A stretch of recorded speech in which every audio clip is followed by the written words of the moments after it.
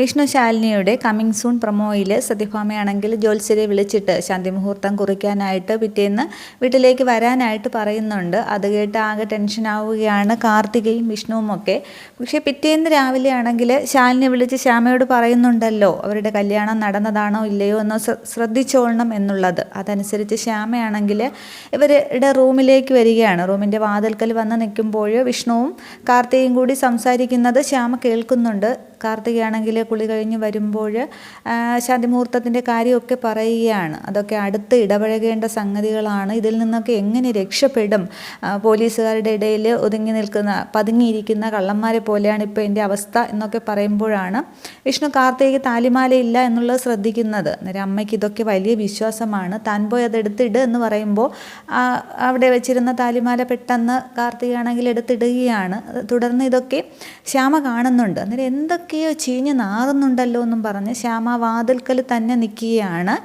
തുടർന്ന് വിഷ്ണു ശ്യാമയെ കാണുന്നുണ്ട്. പക്ഷേ വിഷ്ണു പെട്ടെന്ന് എന്തൊക്കെയോ പറഞ്ഞ് രക്ഷപ്പെട്ട് അവിടെ നിന്ന് അങ്ങ് പോവുകയാണ്. തുടർന്ന് കാണിക്കുന്നത് ജ്യോത്സ്യനാണെങ്കിൽ സത്യഭാമയുടെ വീട്ടിലേക്ക് വരുന്നുണ്ട്. പഞ്ചാംഗമൊക്കെ നോക്കി മുഹൂർത്തവും ഇതൊക്കെ നോക്കുമ്പോൾ ഇന്നത്തെ ദിവസം എന്നിങ്ങനെ പറയുകയാണ്. അന്നേരം ഇന്നത്തെ ദിവസമാണോ ശാന്തി മുഹൂർത്തത്തിന് നല്ലതെന്ന് തിരുമേനി പറയുന്നതെന്ന് സത്യഭാമ ചോദിക്കുകയാണ്. അന്നേരം കാർത്തികയും ശ്യാമയും വിഷ്ണുവൊക്കെ ഇങ്ങനെ അക്ഷമരായിട്ട് തിരുമേനി എന്താണ് പറയുന്നത് എന്നങ്ങോട്ട് കേൾക്കാനായിട്ട് നിൽക്കുകയാണ്. തുടർന്ന് കാണിക്കുന്നത് തിരുമേനി അങ്ങ് ഇറങ്ങി പോകുന്നത് കാണിക്കുന്നുണ്ട്.